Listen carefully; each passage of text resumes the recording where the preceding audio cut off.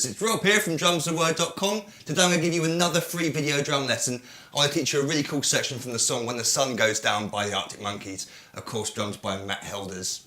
The tempo is 172 BPM and you can download the free PDF that comes with this lesson. The part I'm going to be transcribing occurs at 1 minute 35 into the song.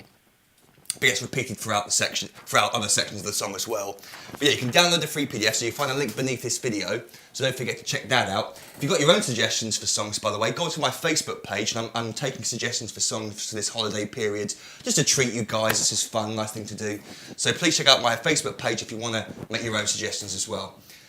Okay, so we've got the, what I've done here is I've written the drum beat for you that leads into this section.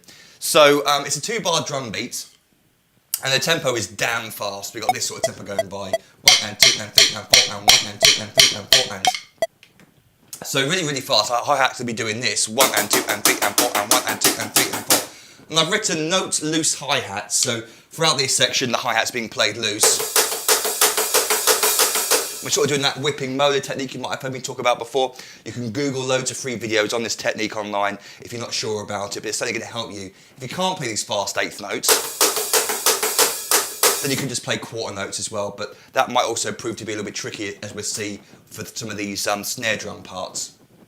So the 2-bar drum beat, we've got the first bar, 1 and 2 and 3 and 4 and 1. So standard stuff, boom, bap, boom, boom, bap, boom, boom. 1 and 2 and 3 and 4 and 1, 2 and 3 and 4 and 1. The second bar though is a little bit trickier, especially at the tempo. We've got a sneaky little bass drum that sneaks in before beat 2. 1 and a 2 and 3 and at the end of that bar we actually got the start of the drum fill section, 4 and but it's that 1 and a 2 that might throw you off a little bit. 1 and a 2 and 3 and 4 and. If I change the end of the second bar to just 4 and, then let's try and loop the drum beat round a few times. 1 and 2 and 3 and 4 and 1 and 2 and 3 and 4 and 1 and 2 and 3 and 4 and 1 and 2 and 3. And when you're comfortable, start to speed it up. Still faster.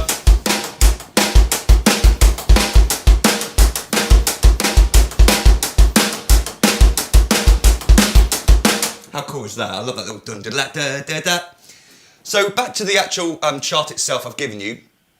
We've got the second bar, 1 and a 2 and 3 and 4 E and a. So that's how we go into this section, how we go into the second line. Just 4 E and a on the snare drum, straight into a crash afterwards. 4 E and a, 1 and 2. So now let's take a look at the second line and the first bar. It's a 2-bar phrase that gets repeated. The first bar, 1 and 2 and at that point, we're going to get ready with the left hand and come down to the snare drum to play and a 3 E and. So it's, without the bass drum underneath it, we're just playing and a 3 E and. Right, left, right, left, right. There's nothing weird going on there. We're just coming down at that important point.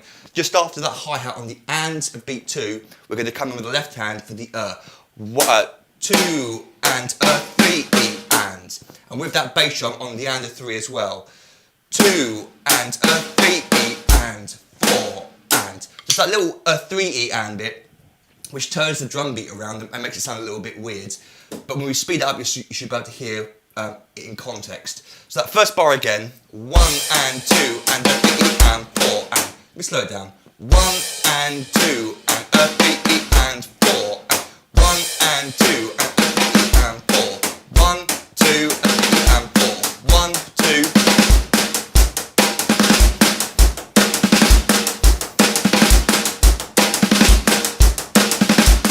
I'll leave the hi-hat closed for now because it's a bit of a racket with it being left half open, but we'll open up later on. So then let's go into the second bar where we got these 2 crash cymbals occurring on beat 1 and then the and a beat 2. 1 and 2 and 3 and 4 E and a. And the bar ends with that 4 E and a where we go back to the, well, in this case the next line, which is just those 2 bars being repeated again. So let me play for you those 2 bars slowly in a loop. 1 and 2 and a 3 E and 4 and 1 and 2 and 3 and 4 E and a 1, 2, a 3 E and 4, 1, 2 and 3 and 4 E and a. Let's try and speed it up.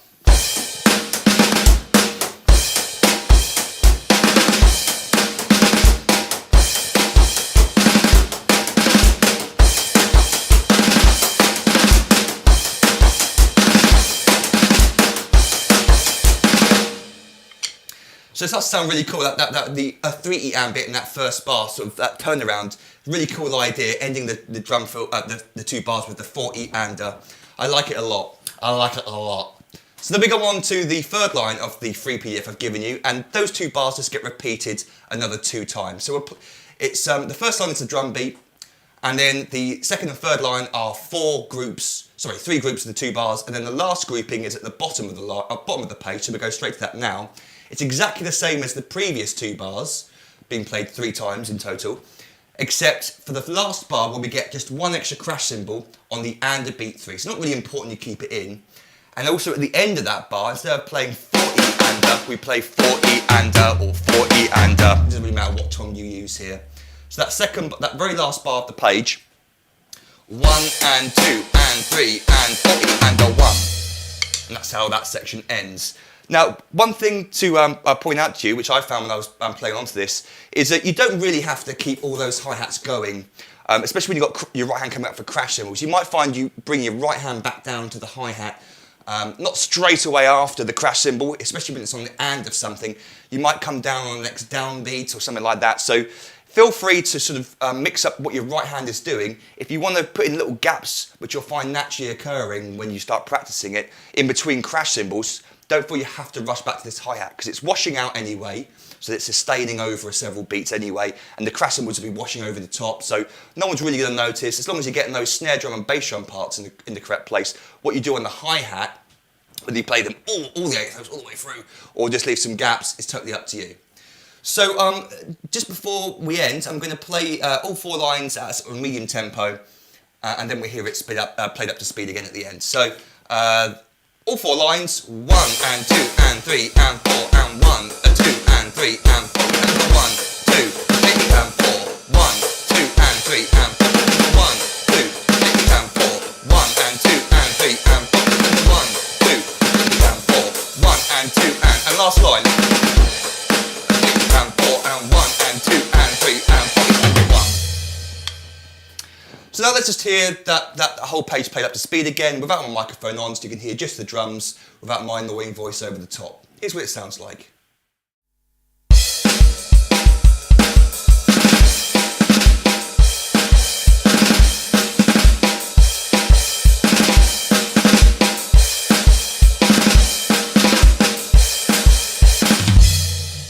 So don't forget to download the free PDF. You'll find a link beneath this website. Check out my Twitter and my Facebook page. Just type in Drums as a Word and you'll find me. And also you might want to consider signing up to my website. What you do is you sign up, you get a $97 subscription. That lasts you a whole year from the day you start the subscription. You get access to all of my material, all of my full song lessons. I've got over 200 full song lessons. I teach you a song from start to finish. You get the drum chart, you get the video, plus hundreds of other extra free stuff. I give you some ebooks, all the good stuff that I've done over the years. I just throw it into your account and you get access to it all instantly.